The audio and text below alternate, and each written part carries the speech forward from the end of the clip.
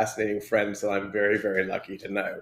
So today I'm going to introduce you to Pearly Chen. She's the VP of Partnerships and Business Development for HTC VIVE. If you're not aware of what HTC VIVE is, it is one of the leading virtual reality platforms and hardware devices in the market. It was actually the first one that I bought when I first started exploring VR. I thought I was on the cutting edge, but the reality is I'm nowhere near as clever as where Pearly's at. She's been at HTC for almost 9 years, and in that time period, I think been focused on VR specifically for 6 years, which I think is frankly pretty incredible. There may be some people out there in academia who've been thinking about VR longer, but as far as being kind of in the commercialization of the space, she's pretty early on. And one of the things I think that you see when you go through this journey with VR is that there's been a little bit of a hype cycle. I think we can all agree on that. So if you're familiar with Gartner's hype cycle, there's a key part in there where the expectations get massive, people get really, really excited about it, and then everything doesn't quite line up how you expected. And there's this thing they call the trough of disillusionment that happens. I think we've gone through that period where got through this crazy hype, and now we're getting to some of the most interesting and compelling periods of VR, where VR is going, and what its applications for the world are and for society. And we're going to learn all about that on today's episode of Oh Ship.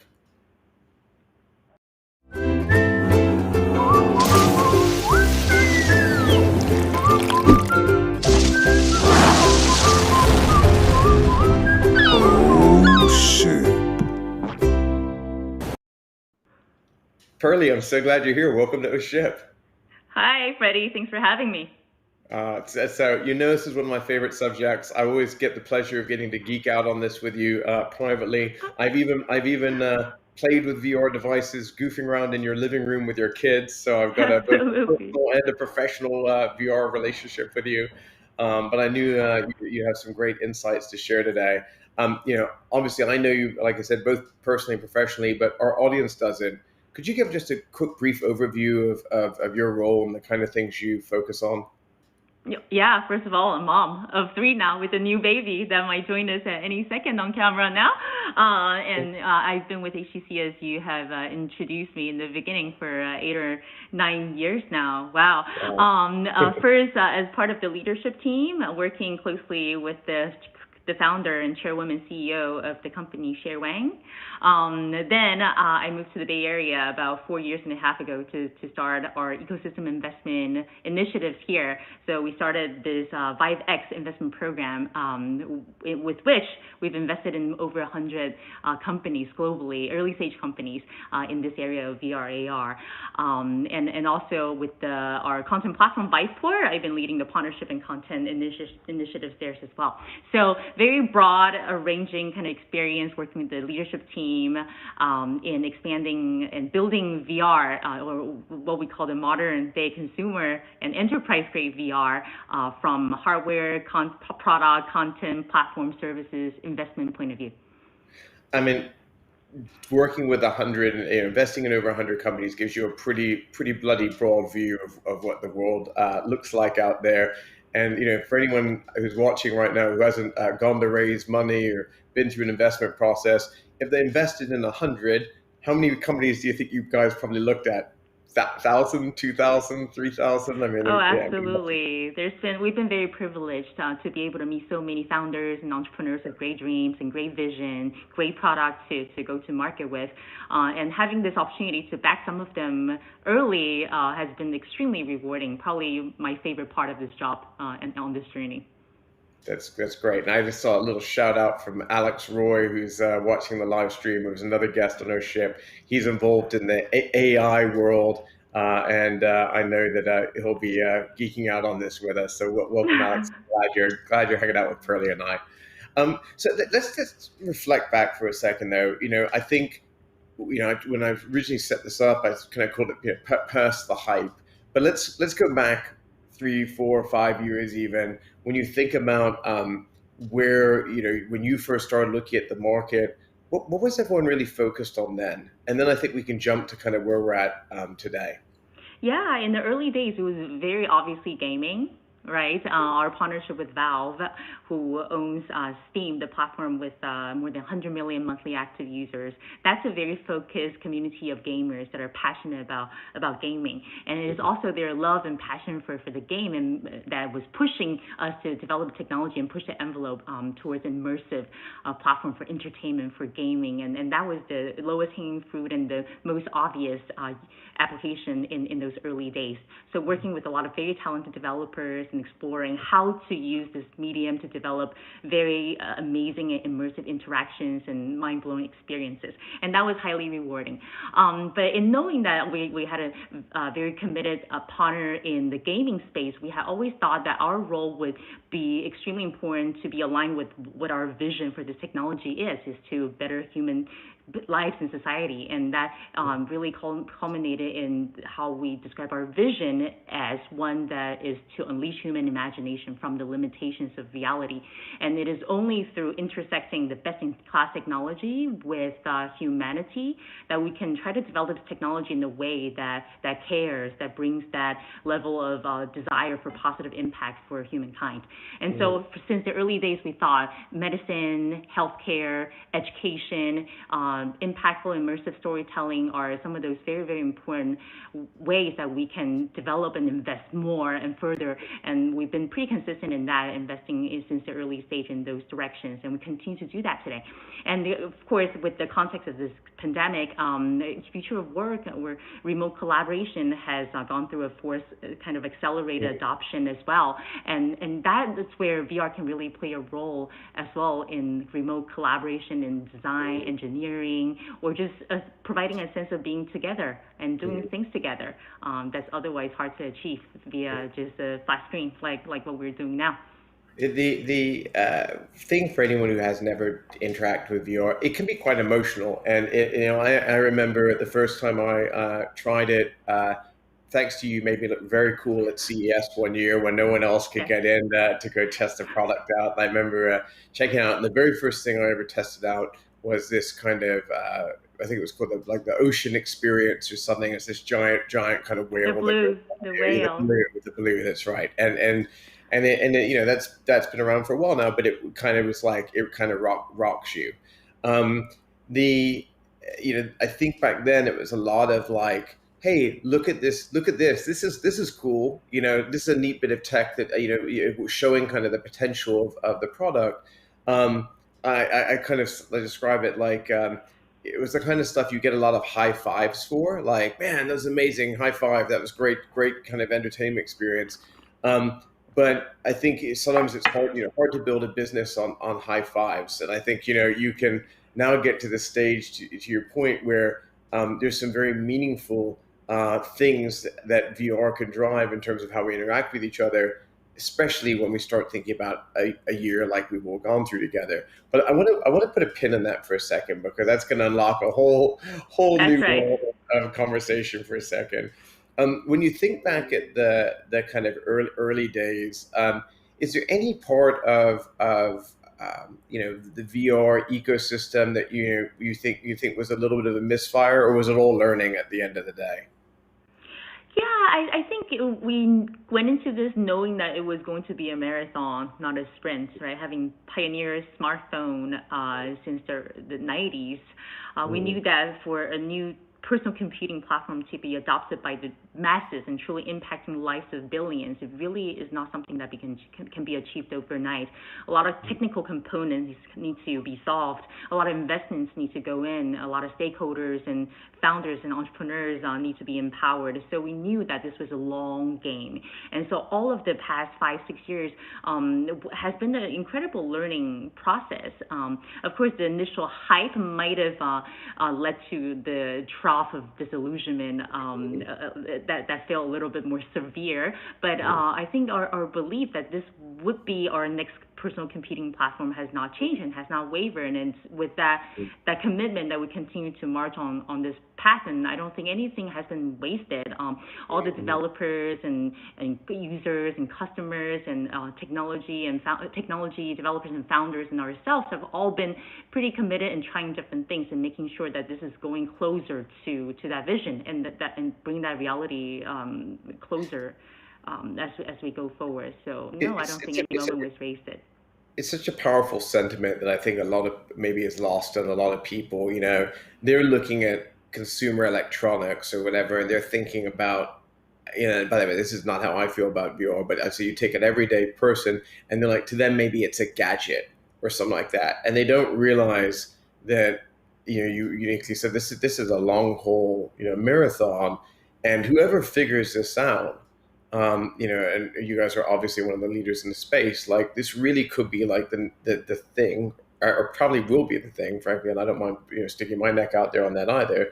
That is the next big wave of computing, and no one's gonna come up with an idea in November of one year and release it at Christmas the next year and be like, nailed it! I just reinvented computing for the entire world. It's going to take serious investment, and I think a lot of companies don't have that kind of courage.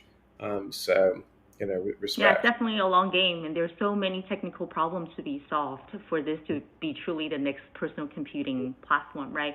For those that find it a little bit hard to imagine why this matters or would be the next computing platform, this is what we believe in. Everything is spatial and three-dimensional makes more sense for us naturally as human beings, whether it's play, it's connecting with others, or it's work. We perceive our world around us in three-dimensional way, not so much in mouse click and a two-dimensional screen that sometimes fail to reflect the full promise of what's the content that's being presented to you. And through virtual and augmented reality ultimately converging into one device that can be lightweight enough, that can be head-worn, that can be comfortable enough to be on you all day, and with the contextual AI that can really augment our human experience in a way that is not possible today with a flat screen smartphone. And for that to really happen, there are a lot of different pieces and puzzles that need to be solved, right? There's a lot of interaction modalities that need to be reimagined and redesigned. There are different biometric and bio input and interaction type of technologies that need to be in place. They are really, the list goes on, it's endless. And that's also why we're so excited to be investing in entrepreneurs of all areas while we go on this journey, because we cannot do this by ourselves. We need to enable a whole generation of entrepreneurs to do it together, and partners and customers that are willing to try and grow and learn with us.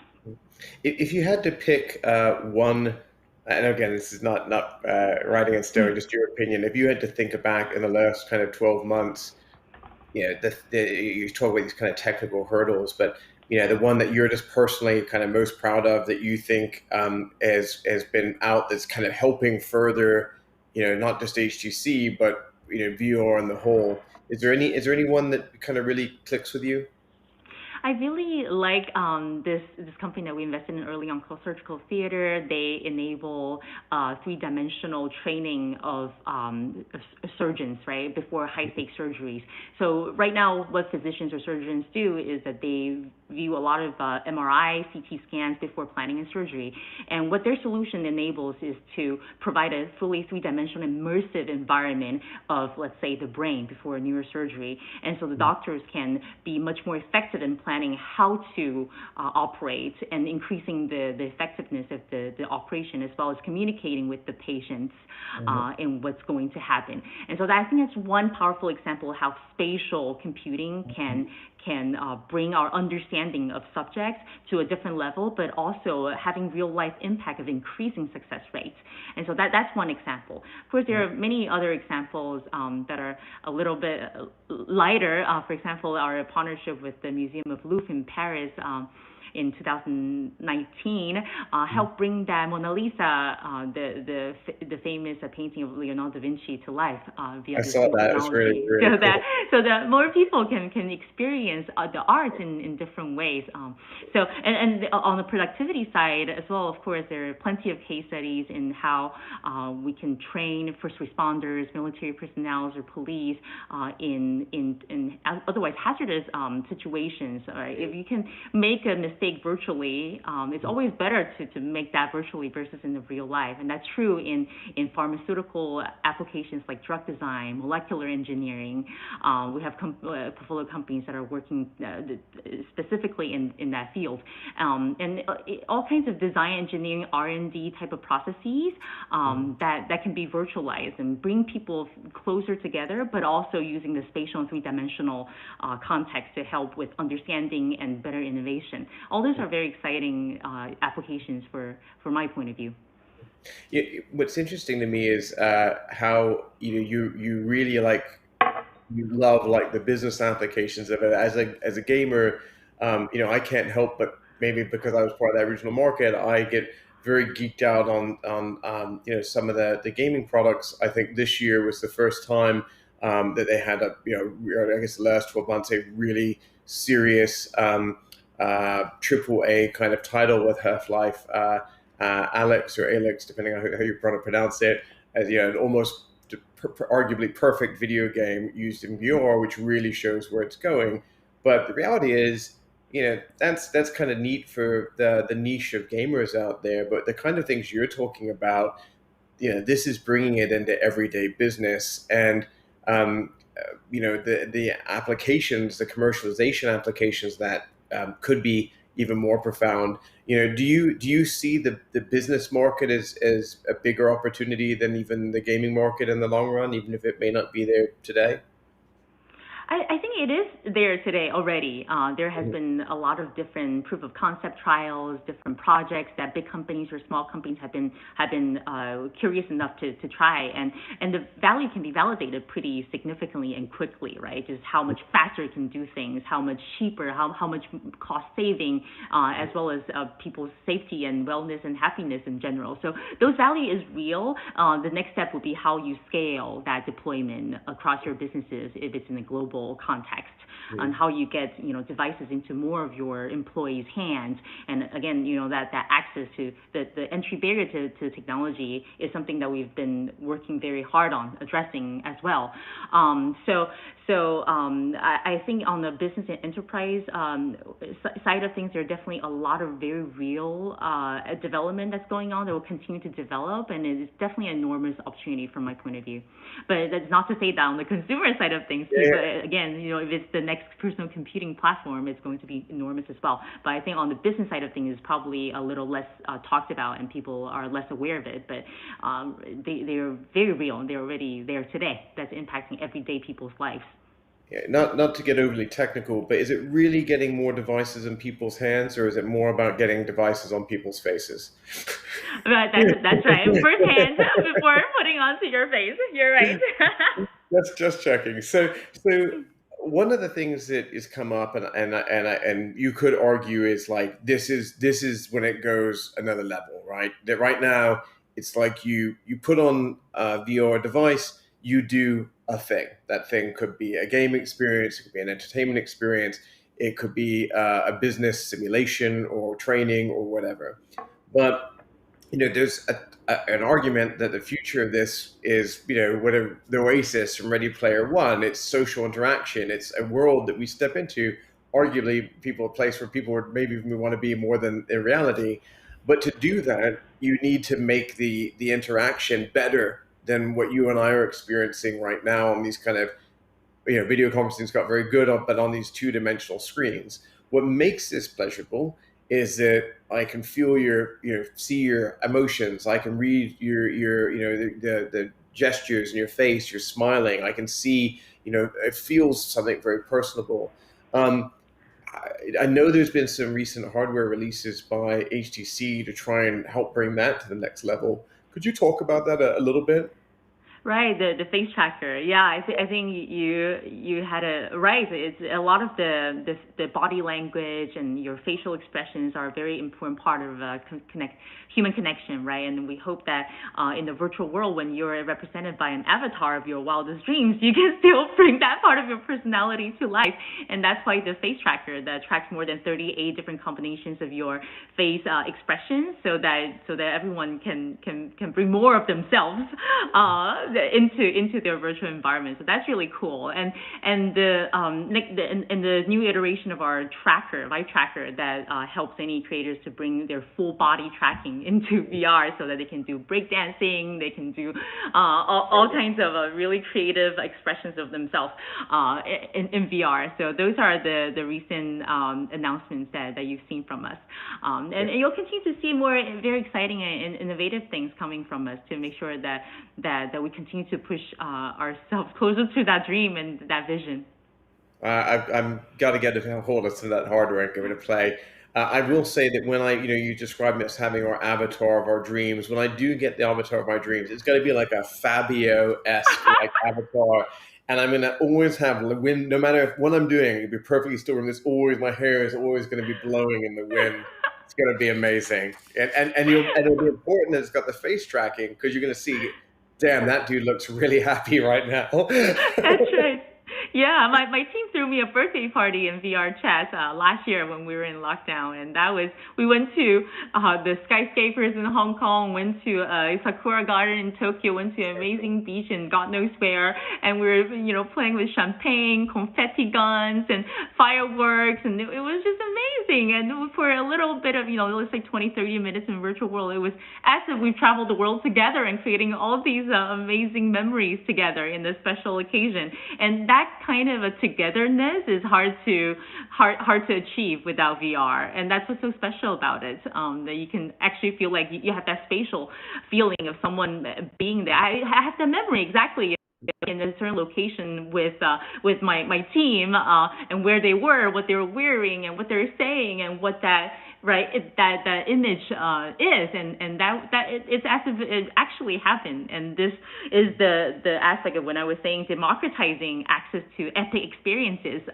Sometimes of course, given the context, a lot of people are not able to get out of their homes, and that's extra relevant.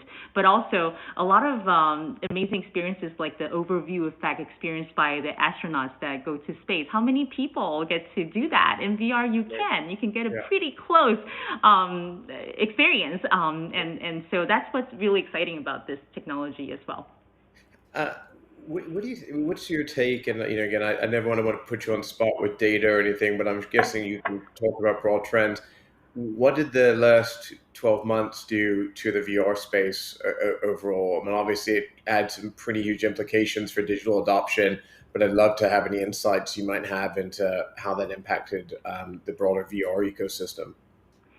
In what way? I think you will definitely see business use cases of VR continue to expand, and we'll see more stories of how businesses that are smaller, from the smallest to the biggest, using VR in very interesting ways to address their business challenges, making themselves more effective, making their workers happier, and bring positive impact to the people they serve.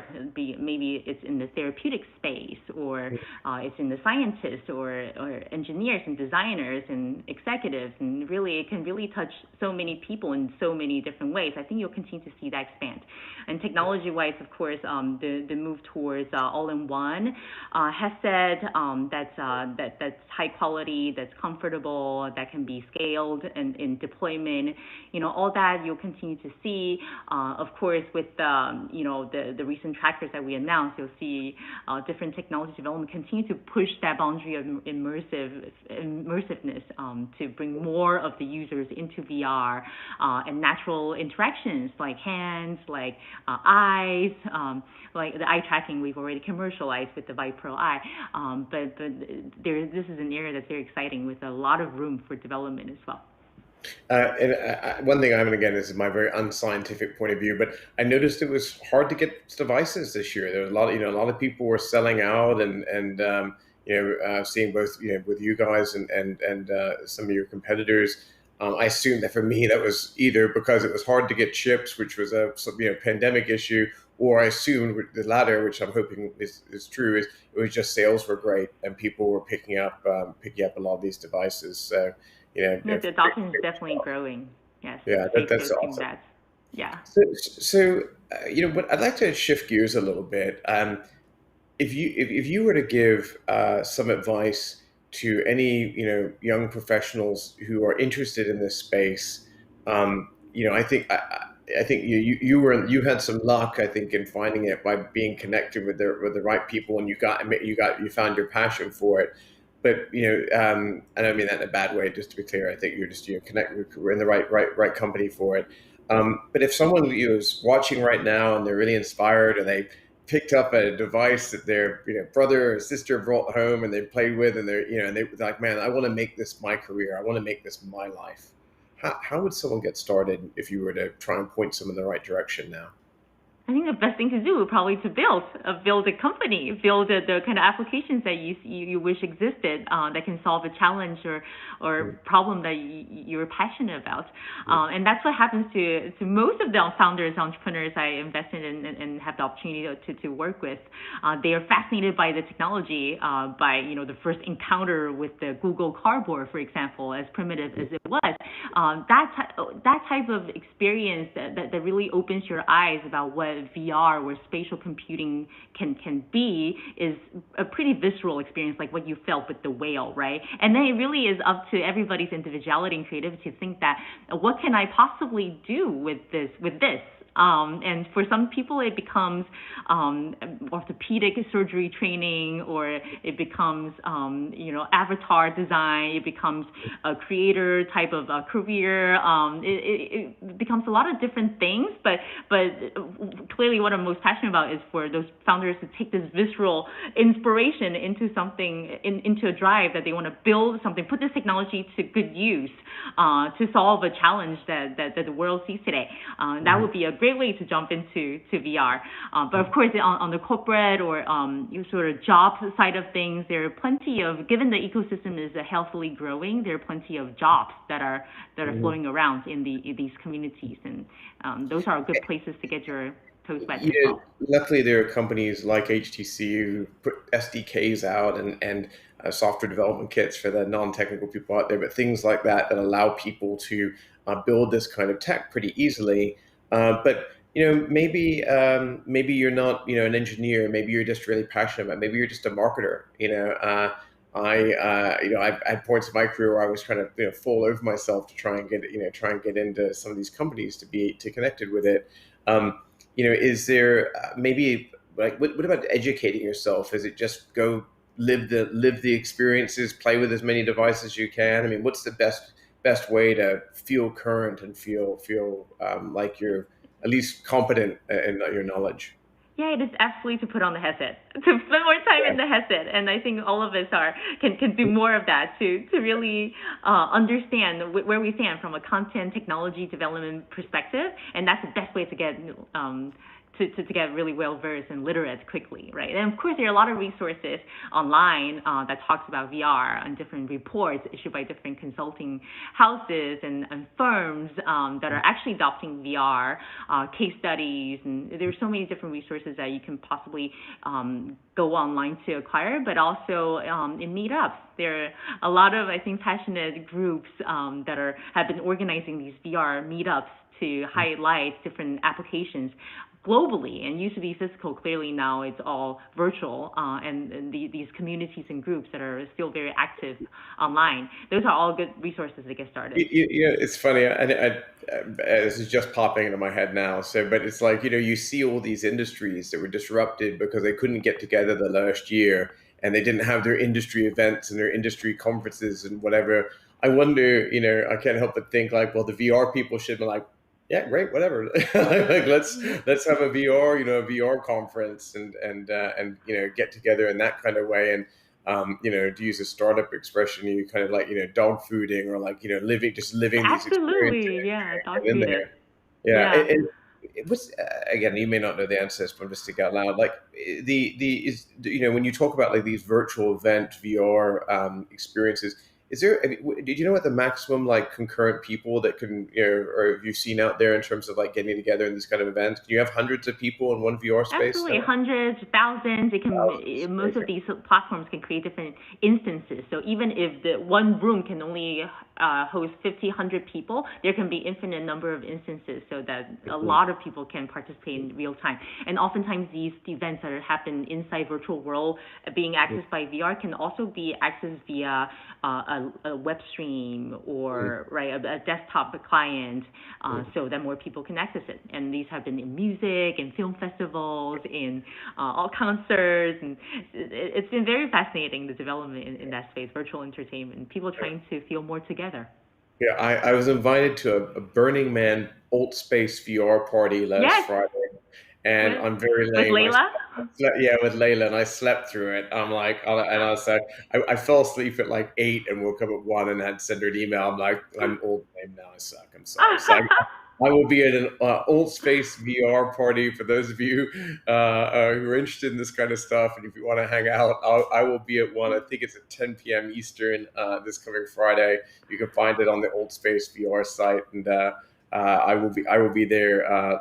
Maybe not with my desired Fabio-esque avatar, but I'm gonna do my best to recreate this magic right here on in See, Old that's Space. a great use case, Burning Man in VR. So more Yeah, people can participate and feel the magic. I think I still need exactly. to go there with Layla as well. So see you there Friday. Yeah, and I probably get in less trouble going to the Old Space VR one anyway. So, Yes. Pearly, look, I just want to thank you for coming on. This was really fun. I love, obviously, I love this subject. I love how animated and excited and passionate you are about the subject. You're a brilliant person, but you're very lucky to have such an interesting and timely career in this space. So I can't wait to keep watching, how this evolves, and where else you go with it. Um, for those of you who are watching, whether you're watching this live or you're watching it in on one of our channels, Facebook, YouTube, Twitter, LinkedIn, the best thing you can do to support the show is give us a like, give it a share, tell your friends. This is not something we do for money; it's just something that we do for passion, and that's a really great way that you can support the show by sharing the love and sharing a little bit of oh ship with some of your friends. Um, Pearly, again, thank you so much for coming, and I hope to see you soon. I miss you guys, and hopefully Yeah, we'll do likewise. a real life session sometime soon. Absolutely. Thanks for having me. And we'll see you soon. I'll see you later. See you later. Bye.